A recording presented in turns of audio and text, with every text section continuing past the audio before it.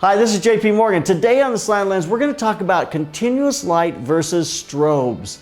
I have some very distinct opinions about this. I'm going to share you those opinions without holding back anything, and I'm going to show you a couple examples. But let's talk about the two sides of JP's personality when it comes to constant light versus strobes.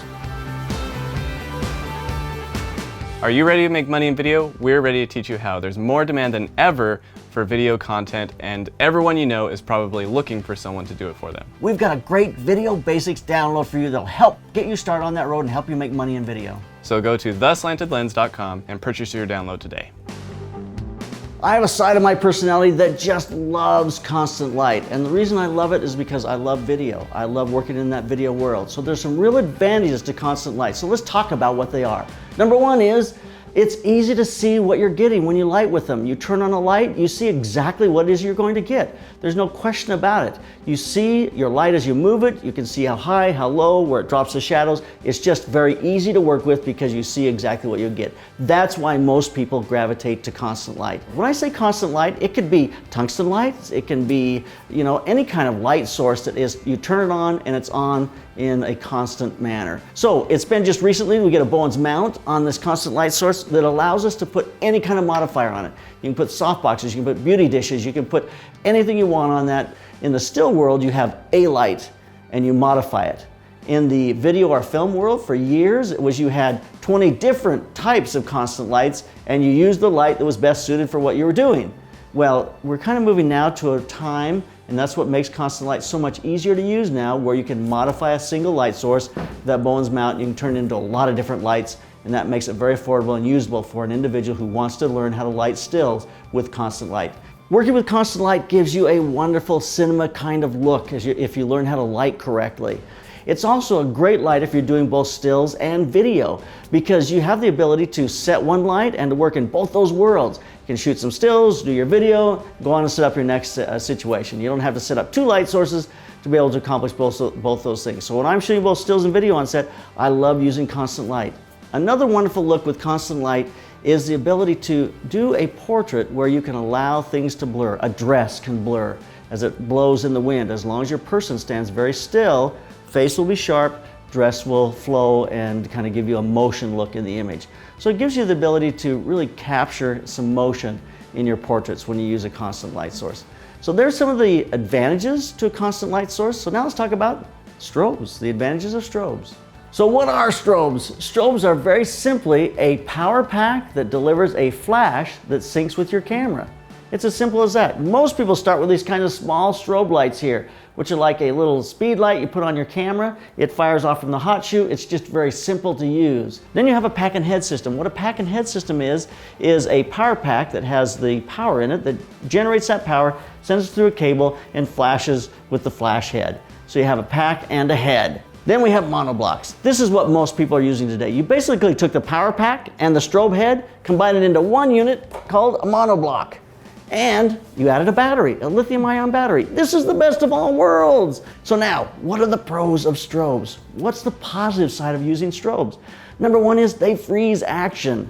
You really freeze action. You don't have to worry about things blurring as much because strobes can be very fast and they freeze action. Number two is strobes give you more power. There's a tremendous amount of power with these. It's just so easy. They can overpower the sun if you work with them correctly. Even in a room that is completely flooded with outside light and very bright, you can crush it, you can black box it, you can make it into a dark room and give yourself a moody portrait because you have the ability to get rid of the ambient light by using a faster shutter speed, and then the ability to overpower that with a bright strobe, go to f8, f11, or do high-speed sync, and that gets rid of all the sunlight in the room. It's called black boxing. Do it all the time. It's an easy way to give yourself a dark portrait. Maybe I just called it black boxing. Does anybody else call it black boxing? With lithium-ion batteries, they have very easy battery solutions. Unlike LEDs even yet, you have to pay the money for an expensive LED, and then you've got to buy a battery to go on the LED. So a really good LED can cost you $600, and you got to spend another $300 for a battery that will run it. They are super easy to modify because you've got that Bowens mount on there, and they were made to be modified from the beginning. Most strobes were made to be modified. And last of all, my favorite, because they are so powerful, you can use way lower ISO. I don't ever want to get off 100 ISO if I don't have to. That is my goal. Well, that was very interesting, but let's talk about the downside of LEDs or constant light. Number one is they're low powered, which means you've got to have a high ISO, and it's really difficult to work in situations where there's any kind of ambient light whatsoever. You can't get an LED big enough to be able to use outside in the sun. You cannot use lights outside and really control the light very well with constant light. And sometimes in order to make them work, you've got to go to a very slow shutter speed, which means your person, if they move very much, is going to blur. That's all you can get. They've got to hold very, very still. So what are the cons for using strobes? The number one, and the reason most people are afraid of strobes, is you cannot see what you're going to get. With strobes, there's a lot more trial and error because you've got to put your light in the right place, take a test, look at it, say, oh, I'm not sure, modify it, soften it, take a test, look at it. But with time, you will learn how to set the light, where you should set the light, what it's going to do. I know kind of where I wanted to put it because I've been watching the slanted lens, and I know the 5 portrait positions, and I know exactly where to set my light. I don't have to see it. I know right where it's going to be. So it gives me the ability to set things up very quickly. So it's a harder platform to learn, but it can be a beneficial platform if you do learn it. Another con for strobes is the fact that you have to have some device to be able to sync them to the camera. Now, a lot of strobe platforms like the Bajas, this will come with your strobe head that goes on the camera and fires them. But you've got to add others, and you have to have the ability to sync with you. Strobes also can't sync at any faster than 1/200th of a second unless you go into high-speed sync mode. On high-speed sync mode, the amount of power you get from a strobe drops way down. I mean, you're down to a 12th or sometimes an 8th or maybe a little more on some units depending, but you lose a lot of power when you go to high-speed sync. But it becomes a negative because you can't really go above 1/200th of a second unless you do something special with your strobe or have a strobe that allows you to do that. Old strobes will not do that for you. Enough about the pros and cons of continuous light versus strobe light. Let's take a look at some images shot with continuous light and strobe light in the same position, same person, same shot, and see what we can observe about the difference of using strobes versus continuous light. All the continuous light segments that we shoot today, we're going to be using the 120D2 from Aputure, which is the upgrade from their 120D. They've combined both the power block and the control module into one module. So we have simply the one module that controls everything. First off, we're going to go into a studio situation. This is a controlled situation where we have darkness in the room, complete control of the light, and it really is the easiest place for us to be able to test a studio environment. We're getting a beautiful and a pretty image with both of those different platforms. The difference is, though, the continuous light, I'm going to 1/25th of a second, whereas the strobes, I can go up to 1/200th of a second if I want. So movement on her is going to be a little bit of a problem in the continuous light, where it will be no problem with the strobes. Even though the Aputure 120D2 is a fabulous light with high output, when you modify it as much as we have, you start to lose a lot of light, and you may have to start to drag your shutter or raise your ISO to get the image you want. Controlled studio environment is great, but now let's go outside and see what a couple examples look like in the sun. For our first setup outside, I'm going to set her up the way I like to work outside, and that is I'm going to have my sun come from behind her as a rim light. Gives us a nice rim on her hair and gives me some nice kind of darker background that falls out of focus and has a great, wonderful looking bokeh.